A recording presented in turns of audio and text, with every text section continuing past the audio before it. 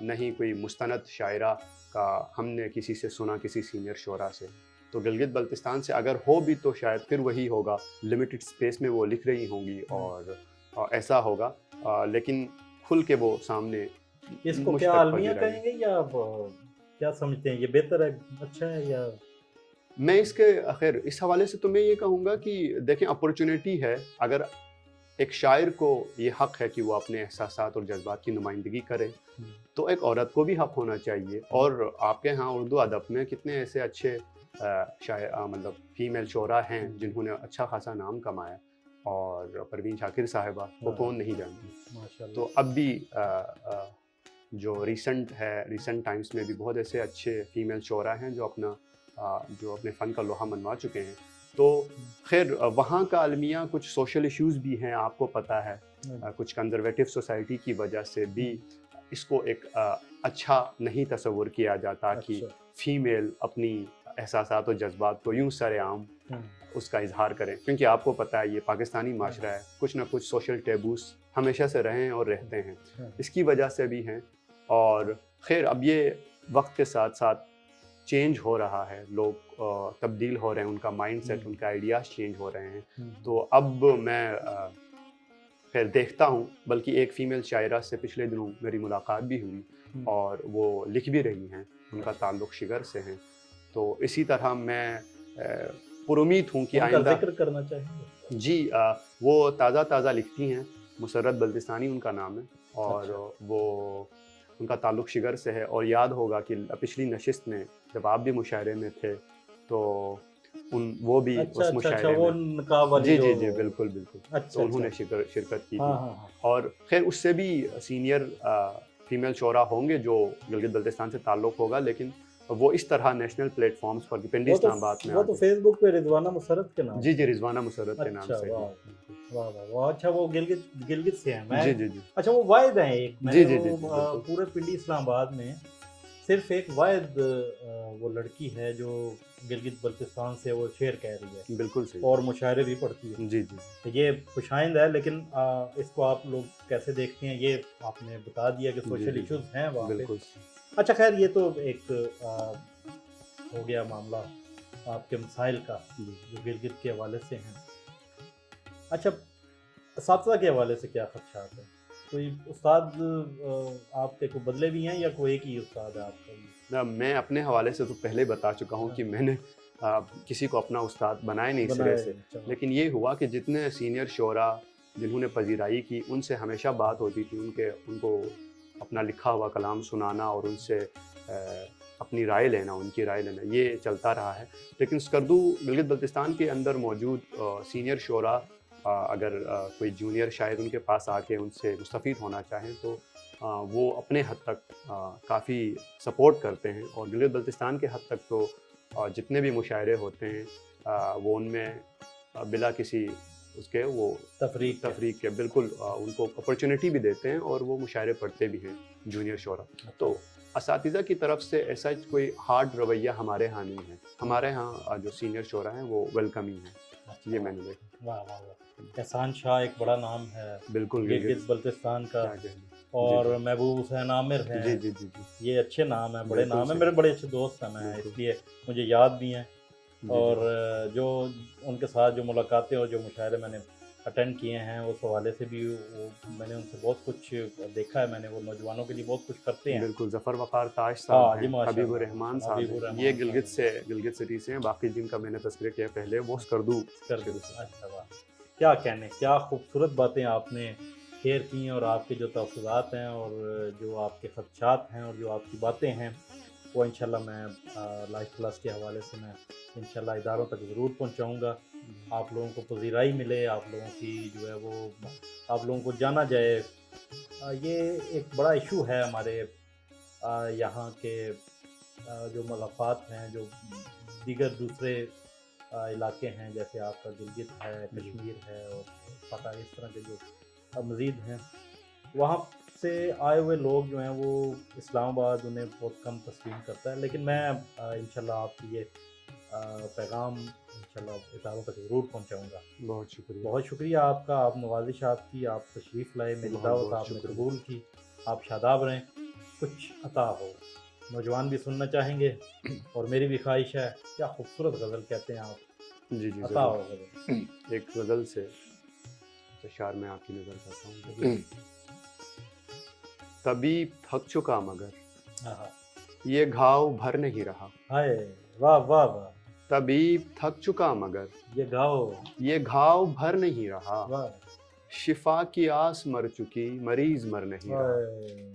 کیا کہنے ہیں, کیا کہنے ہیں, بہت شکریہ. کیا کہنے. یہ دیکھ شام ہو گئی آہا. بتا کہاں میں جاؤں گا. ہائے ہائے. جو پیڑ تھے وہ کٹ چکے وہ میرا گھر نہیں رہا. ہائے. واہ واہ واہ واہ واہ. کیا کہنے. تھکن سے چور ہو کے جب ہم. مقام پر پہنچ گیا. ہائے. واہ واہ. تھکن سے چور ہو کے جب مقام پر پہنچ گیا. واہ. مجھے یہ رنج کھا گیا میرا سفر نہیں رہا. ہائے. کیا کہنے ہیں. واہ واہ واہ. بہت شکریہ. واہ. تو ہی بتائے خوبرو ہاں. میں کیوں اداس نہ رہوں. ہائے ہائے. تو ہی بتائے خوبرو میں کیوں اداس نہ رہوں. ہائے ہائے. جہاں میں میرا ایک شخص تھا مگر نہیں رہا. واہ واہ واہ. کیا کہنے. جھکا لیا جو تم نے سر آہا. سو جان بخش دی گئی. آہا. جھکا لیا جو تم نے سر سر. سو جان بخش دی گئی. واہ واہ. جو ہم نے سر اٹھا لیا ہمارا سر نہیں. ہائے. کیا کہنے ہیں. واہ واہ بہت واہ. شکریہ. واہ واہ واہ واہ. کیا خوبصورت غزل اور کیا نوجوان عمر میں بہت کیسی پختہ اور معیاری غزل. اور کیا مضامین آپ نے. اچھا یہ جو مضامین ہوتے ہیں یہ مضافات کا, وہاں کے مسائل اور جی، وہاں کے جو حالات ہیں, بالکل. یہ ایک جینون آدمی کی نشانی ہے, جینون شاعر کی, جینون لکھاری کی یہ نشانی ہے کہ جیسا وہ دیکھتا ہے ویسا بیان کرتا ہے. یہ بہت عمدہ آپ کا ایک بار پھر بہت شکریہ. بہت بہت شکریہ. آپ شاداب رہیں, آپ تشریف لائے, محبتیں آپ. یہ ناظرین آپ نے ساحر بلتستانی ان کو سنا, ان کی باتیں, ان کی شاعری, ان کے جو سوالات ہیں, جو تحفظات ہیں جو اداروں کے حوالے سے ہیں, ادبی اداروں کے حوالے سے ہیں, وہ آپ نے سنے.